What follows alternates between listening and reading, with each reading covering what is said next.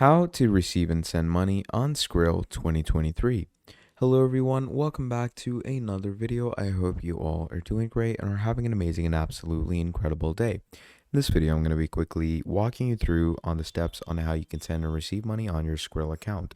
Now, to send or receive money to your Skrill account, you can either use your mobile app or you can use your desktop or laptop or browser. Okay.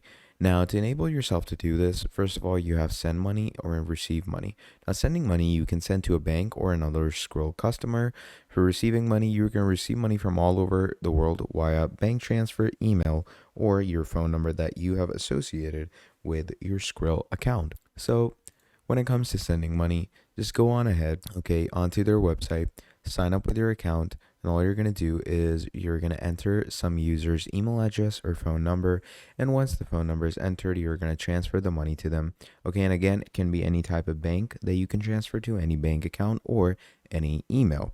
And when it comes to receiving, just give people your Skrill email or Skrill phone number, or you can even give people the bank you have associated with Skrill, and they can automatically send you money to that URL. So yeah, that's about it.